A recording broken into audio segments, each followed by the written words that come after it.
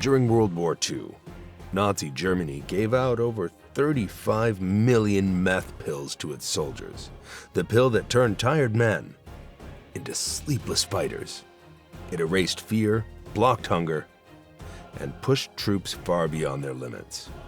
But behind the victories came addiction, psychosis, and brutality, fueled by one of the most disturbing drug programs in history.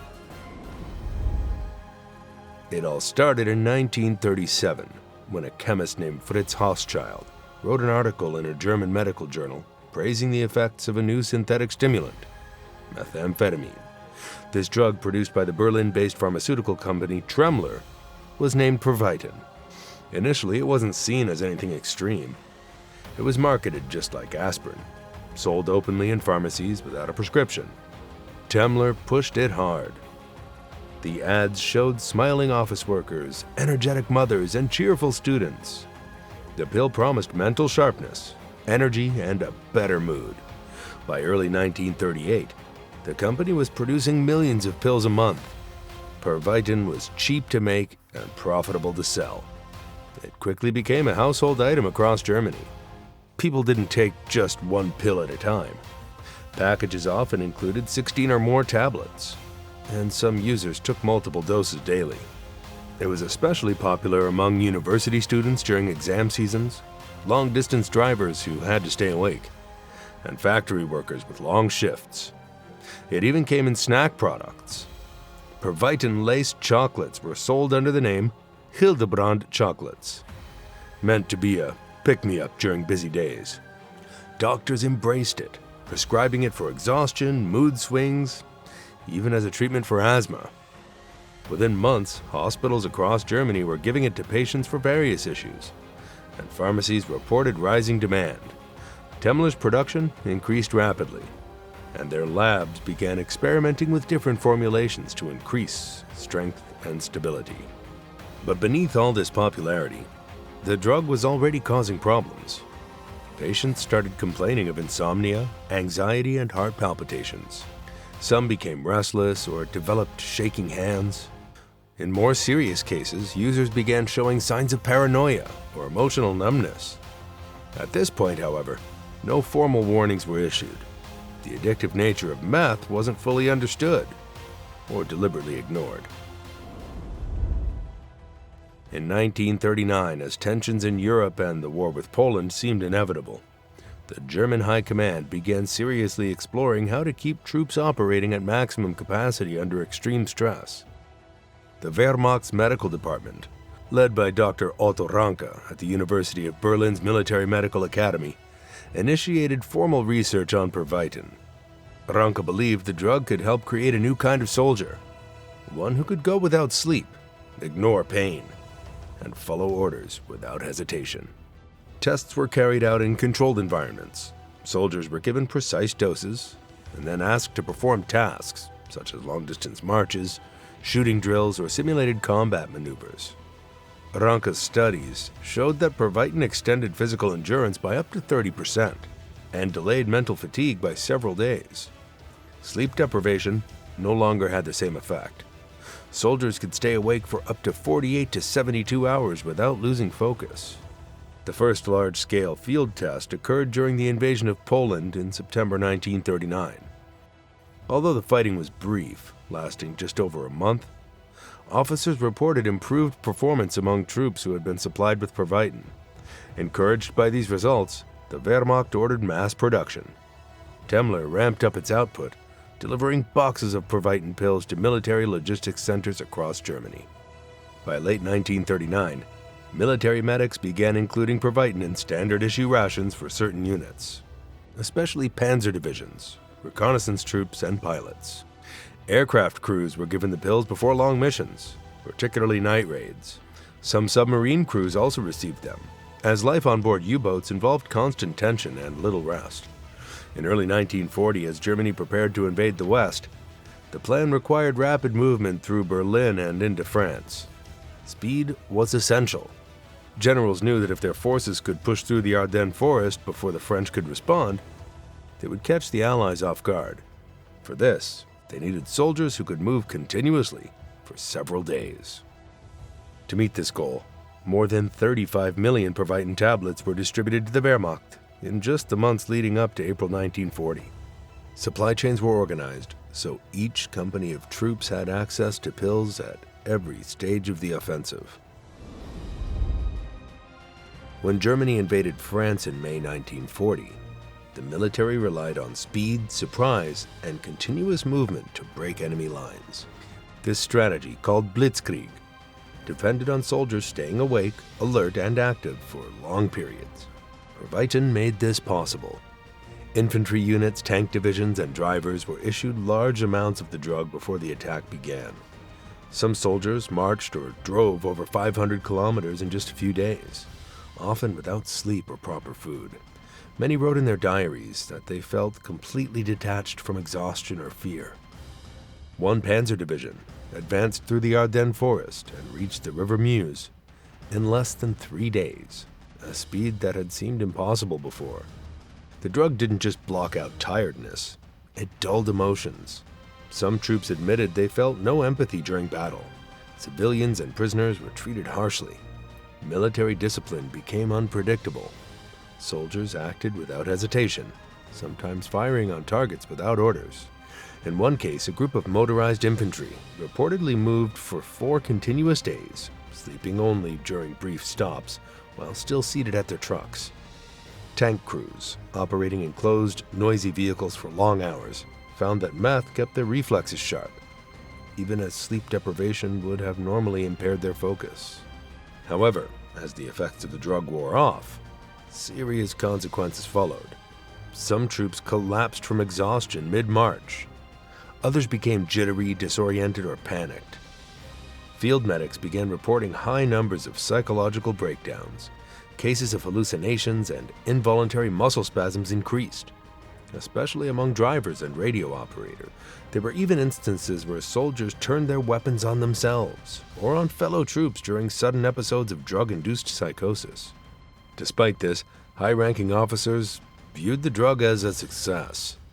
General Heinz Guderian, a key figure in the armored thrust through Belgium and France, praised how meth allowed tank columns to maintain momentum. He pushed for its broader distribution, especially in fast-moving units. In response, Army supply units began placing Provitin tablets into special combat rations, labeling them as stimulants to help with fatigue.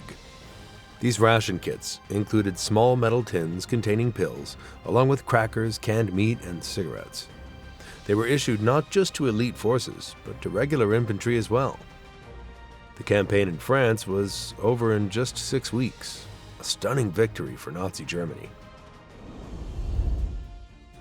But by early 1941, the German military's heavy reliance on Provitin had started to show the consequences. It created widespread addiction across all branches of the armed forces. What had started as a tool for short-term performance quickly became a crutch. Some soldiers took up to 5 or 6 tablets a day, often exceeding safe limits. As their bodies built tolerance, higher doses were needed just to function. Without the drug, many couldn't stay awake or focus. Some became physically sick during withdrawal, sweating, shaking, and losing all coordination. Officers noticed strange behaviors. Paranoia was growing in the ranks. Some soldiers accused comrades of betrayal or became convinced they were being watched. Others started speaking to themselves or acting out aggressively with no clear reason. In several units, meth users attacked civilians or disobeyed orders, unable to distinguish reality from hallucination. The situation became even worse after June 22, 1941, when Germany launched Operation Barbarossa, a massive invasion of the Soviet Union. It was the largest military campaign in history, with over 3 million German troops involved. The distances were vast, cities were far apart, roads were poor, and temperatures dropped quickly. Meth was issued again, this time in even larger amounts, to help soldiers push forward into harsh and unfamiliar terrain. At first, the campaign moved fast, but within weeks, things began to fall apart. Soviet resistance was stronger than expected. Supply lines broke down, food and fuel ran low, and the soldiers began to mentally and physically collapse. Some troops were awake for 4 or 5 days straight, And when the meth wore off, they fell into deep confusion. There were cases where entire patrols wandered into Soviet gunfire, unable to react. One group of panicked soldiers abandoned their equipment after believing they were surrounded, when in fact there was no enemy nearby. Suicidal behavior increased, especially among isolated or frostbitten troops. In medical reports sent back to Berlin, Army doctors described soldiers who had lost all sense of fear and reality. One case described a soldier who marched through snow for hours with open wounds, unaware of the pain. Others refused food, stood motionless for hours, or became violent without cause. Despite clear signs of mass psychosis, there were no systems in place to treat these mental health issues. Most were labeled as weak or undisciplined.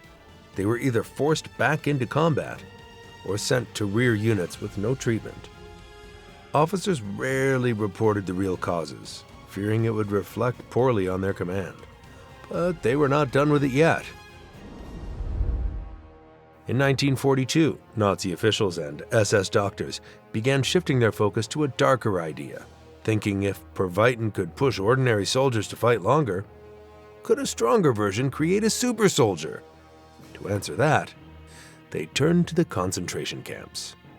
At Sachsenhausen, located just north of Berlin, the SS set up a test facility under the cover of medical research.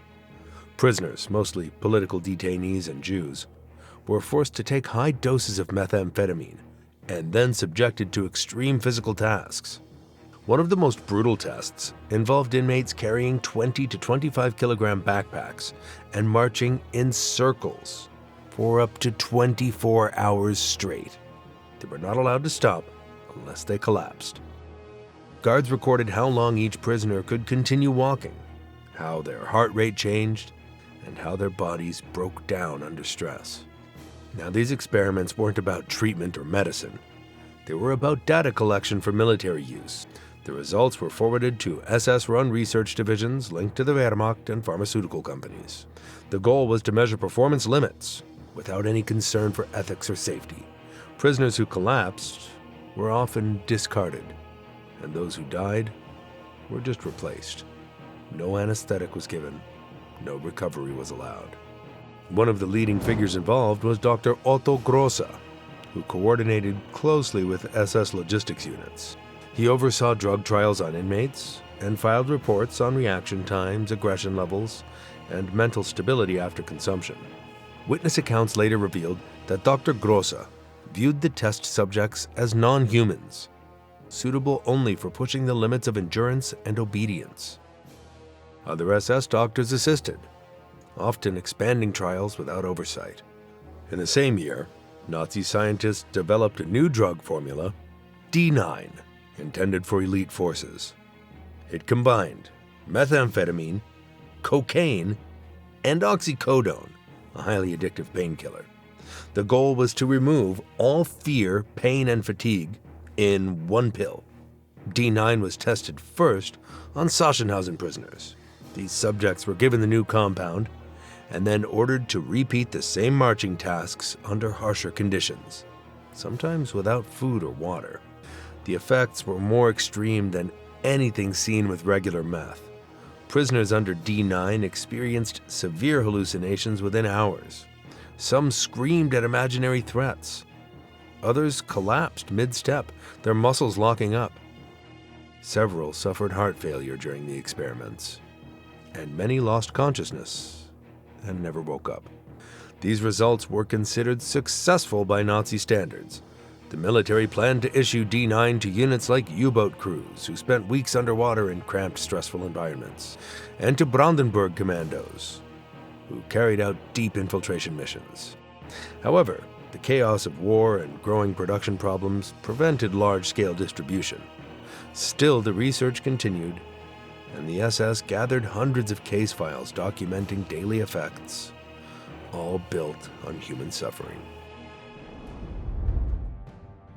The soldiers were not the only ones using the drug. By 1943, Germany was beginning to lose ground on both the eastern and western fronts. Allied bombing raids were destroying cities, and Soviet forces were pushing westward after the failure of Operation Barbarossa. During this time, Adolf Hitler's physical and mental conditions started deteriorating quickly. He became more withdrawn and isolated, relying heavily on his personal doctor, Dr. Theodor Morell, for daily care and drug treatments.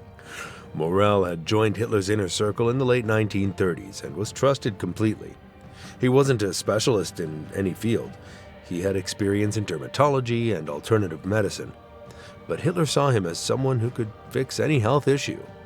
Instead of using traditional therapy, Morell created his own drug regimens, made up of dozens of substances. His personal medical records show that Hitler received over 82 different drugs, many of them delivered by injection or through liquid mixtures. Among the substances were methamphetamine, oxycodone, morphine derivatives, barbiturates, and testosterone-based steroids. Meth was often disguised as part of vitamin cocktails or stimulants labeled as harmless. And these injections weren't occasional. Morell administered shots up to 3 times a day depending on Hitler's condition. From late 1942 onward, the injections became a routine part of Hitler's life. Eyewitness accounts from those close to him, like his secretaries and military aides, noted clear changes. His right hand developed a noticeable tremor. His posture stiffened. He appeared tired but overly alert at the same time, often pacing, whispering, or staring off in silence. Some officers noticed his pupils were frequently dilated, a known side effect of stimulant drugs. In military meetings, Hitler's behavior became more unstable. He stopped accepting bad news, dismissed facts, and clung to unrealistic strategies. Even after the defeat at Stalingrad in February 1943, one of the biggest German losses of the war, he ordered fresh attacks with under-equipped units, convinced they would turn the tide. Several generals attempted to explain the real situation on the ground, but were ignored or removed from their positions. Morell's notes indicate that Hitler often asked for stronger doses of his injections when he felt drained or overwhelmed. He also suffered from chronic digestive issues, insomnia, and bursts of anxiety. To manage these, Morell added sedatives and opiates to his treatment, creating a dangerous mix of uppers and downers that interfered with normal brain function. Hitler was likely cycling through periods of artificial energy, followed by deep crashes. By mid-1943, Hitler's ability to make sound decisions was seriously affected. He issued vague orders, delayed key responses to Allied movements, and spent long periods at his Wolfslayer headquarters in East Prussia, isolated from his generals. He obsessed over imaginary weapons projects and last-minute defenses, while refusing to plan for retreat or surrender. At this point, meth wasn't just a tool to keep him awake. It was altering his perception of reality. He believed Germany could still win, even when surrounded. He suspected betrayal among his closest officers and became obsessed with loyalty oaths and personal control. Morell continued the drug regimen without question, keeping Hitler functioning physically, but worsening his mental instability. By late 1944, Germany's military was falling apart. The Allies had broken through France after the D-Day landings in June, and Soviet forces were moving closer from the east. Germany had lost millions of soldiers, and there weren't enough trained men left to defend the country. In a last attempt to hold back defeat, Hitler ordered the creation of the Volkssturm in October 1944. This new force wasn't made up of regular soldiers. It included boys as young as 12 or 13, older men in their 50s and 60s, and anyone still physically able to hold a rifle. They had little or no training. Some didn't even get proper weapons or uniforms. Many were given outdated rifles, or even captured enemy gear. But the Nazi regime still expected them to fight like regular troops. To make these young and inexperienced fighters more aggressive, military commanders handed out Pervitin. For many of these boys, it was their first time seeing combat. Pervitin blocked out fear, but also made their behavior unstable.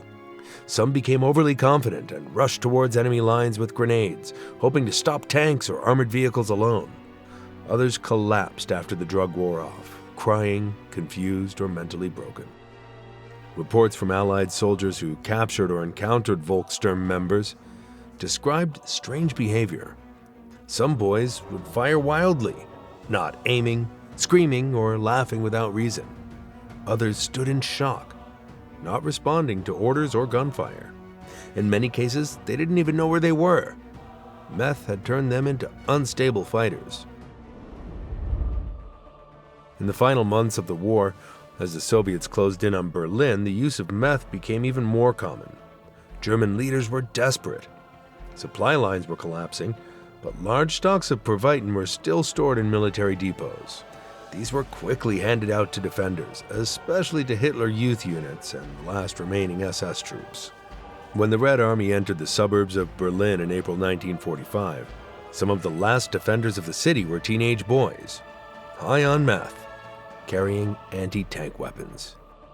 In one documented case, a 14-year-old boy, dosed with Provitin, ran across an open street to throw a grenade at a Soviet tank and was instantly killed.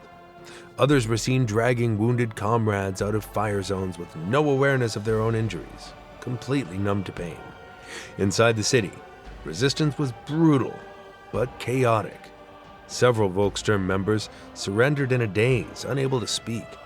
Some died from overdose or exhaustion without ever being shot. As Hitler stayed in his bunker beneath the Reich Chancellery, Berlin was being reduced to rubble. Outside, the final street battles were led by exhausted men and drugged children. By the time the city fell on May 2, 1945, most of these last defenders were dead. Provitin, once seen as a tool for victory, had become the last resort of a broken army. After Nazi Germany surrendered, Allied forces moved in and began searching through military bases, hospitals, and supply warehouses. In several locations, U.S. and British soldiers found crates filled with Provitin pills. Some were in frontline hospitals, while others were stockpiled in abandoned bunkers. In a few cases, these meth tablets were found alongside SS medical records and notes from military doctors, showing how widely the drug had been used. As part of the post-war effort to understand the Nazi war machine, Allied investigators started questioning German scientists, army medics, and pharmaceutical employees. Doctors who had prescribed or distributed meth often claimed they didn't know about its long-term effects, but captured documents told a different story. Files from the Wehrmacht's medical department revealed detailed reports on soldiers suffering breakdowns, hallucinations, and addiction. These reports had been shared internally as early as 1941, meaning the risks were well known. One of the key sites the Allies targeted was the Temmler pharmaceutical factory in Berlin. The factory was partially damaged during bombing raids, but many of its storage rooms, labs, and documents remained intact. Allied intelligence teams seized thousands of files and scientific reports, some of which described drug trials on soldiers and prisoners. Rather than destroying this information, some of it was quietly preserved. U.S. military intelligence, especially those working under Operation Paperclip, began collecting any scientific data they thought could be useful in the Cold War. While Paperclip is better known for bringing Nazi rocket scientists to the U.S., it also involved gathering medical research, including drug data. Files on methamphetamine use were stored for future reference, especially for potential military applications. However, these drug experiments were not brought up during the major post-war trials. The Nuremberg trials, which began in November 1945, focused almost entirely on war crimes, crimes against humanity, and genocide. While some doctors were tried for horrific experiments on prisoners, their role in the military drug program was not discussed. The use of Provitin, despite its huge impact, was left out. Doctors like Morell were never formally charged. Morell was arrested by American forces in 1945, but released due to poor health. He died quietly in 1948, without ever giving full testimony. Other SS doctors involved in drug experiments either vanished, committed suicide, or avoided prosecution by claiming they were following orders. In the end, the widespread use of meth in the Nazi military was brushed aside. Many viewed it as a side issue, especially when compared to the horrors of the Holocaust. But the drug's influence had already shaped warfare, and its effects didn't disappear when the Third Reich fell. The German government was gone, but leftover pills were still in warehouses, pharmacies, and even with civilians who'd stocked up during the war. These pills didn't expire quickly, and were often passed around or resold in black markets across Europe. In the years immediately following the war, meth quietly spread into civilian life. In countries like Austria, France, and West Germany, some truck drivers used it to stay awake on long hauls. Athletes took it to boost performance. Students began using it to concentrate and delay sleep. Many didn't know it was the same drug that Nazis had used in combat. To them, it was just a strong energy booster. Meanwhile, in Japan, meth production took a different turn. During World War II, the Japanese military had also developed its own version of methamphetamine, known as Philipon. After the war ended, Japanese pharmaceutical companies continued making it legally. But by 1948, the drug had spread far beyond medical use. Veterans, factory workers, and even teenagers started using it. Abuse rates soared, and addiction became a national crisis. Between 1948 and 1951, Japan saw one of the first recorded meth epidemics in the world. Hospitals struggled to treat patients suffering from paranoia, hallucinations, and violent outbursts. Police began arresting users in large numbers, and the government finally outlawed meth in 1951. But by then, the damage had been done. Millions had already been exposed. In West Germany, Pervitin remained available for several more years under limited medical licenses. Doctors still prescribed it for depression, fatigue, and weight loss. However, health officials began noticing signs of long-term damage among regular users. By 1958, West Germany had officially banned the drug, but it had already influenced how people thought about chemical enhancement. The idea that performance could be chemically boosted, whether in war, sports, or school, had taken root. And this idea didn't stay in Europe. During the Korean War, U.S. military forces began exploring stimulants to keep troops awake, often referencing studies collected from Nazi records. In the years to come, countries around the world would quietly build their own military drug programs, some based directly on what the Nazis had started. The use of meth by the Nazis wasn't just a footnote. It shaped battles, changed leadership decisions, and caused suffering at every level, from soldiers to civilians to prisoners.